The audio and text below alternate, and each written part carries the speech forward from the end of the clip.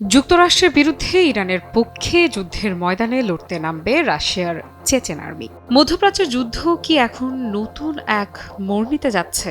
যুক্তরাষ্ট্র যদি ইরানে স্থল আগ্রাসন চালায় তাহলে শুধু দুই দেশের লড়াই নয়, বরং এটি রূপ নিতে পারে বহুমুখী আন্তর্জাতিক সংঘাতে। ইরানি গণমাধ্যমের দাবি, রাশিয়ার চেচেন নেতা রমজান কাদিরভের অনুগত সামরিক ইউনিটগুলো ইতোমধ্যেই প্রস্তুত। যুক্তরাষ্ট্র স্থল অভিযান শুরু করলেই তারা ইরানের পক্ষে যুদ্ধে অংশ নেবে। এই ঘোষণা আসার পর থেকেই নতুন করে উত্তেজনা ছড়িয়ে পড়েছে আন্তর্জাতিক অঙ্গনে।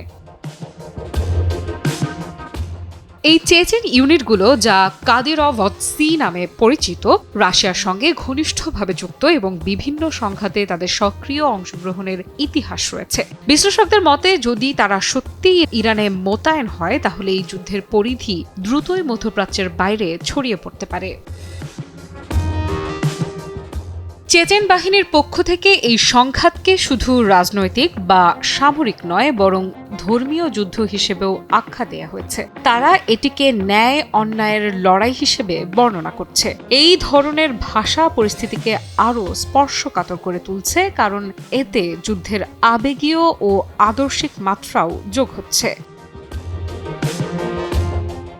এদিকে যুক্তরাষ্ট্র ও ইসরায়েলের টানা 1 মাসের বিমান হামলার পরও ইরানকে পুরোপুরি দমন করা যায়নি এমন ধারণা থেকেই স্থল অভিযানের সম্ভাবনা নিয়ে আলোচনা বাড়ছে। যদি সত্যি সেই পদক্ষেপ নেওয়া হয় তাহলে তা হবে এই সংঘাতের সবচেয়ে বড় মোড়। ইরান ইতোমধ্যেই শক্ত প্রতিরোধ গড়ে তুলেছে। দেশটির দাবি অনুযায়ী তারা মার্কিন ও ইসরায়েলি ঘাঁটিগুলো লক্ষ্য করে বহু ক্ষেপণাস্ত্র ও ড্রোন হামলা চালিয়েছে। তবে পরিস্থিতিকে আরও জটিল করে তুলেছে আরেকটি অভিযোগ। ইরান দাবি করছে এই যুদ্ধে ইউক্রেনও নাকি যুক্তরাষ্ট্র ও ইসরায়েলকে সহায়তা করছে। যদিও এই তথ্যের নিরপেক্ষ কোনো নিশ্চিতকরণ এখনো পাওয়া যায়নি, তবুও এই অভিযোগ নতুন করে আন্তর্জাতিক অঙ্গনে উত্তেজনা বাড়াচ্ছে।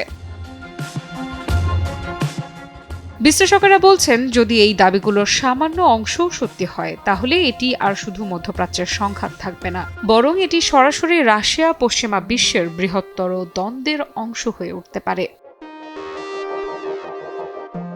কি বুঝলেন ভাই? অনলি জেডাই চাই।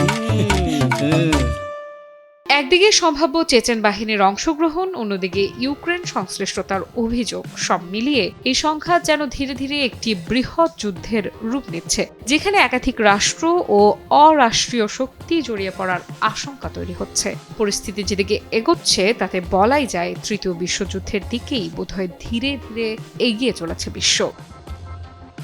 আফরিদা ইফরাত, নিউজ 24।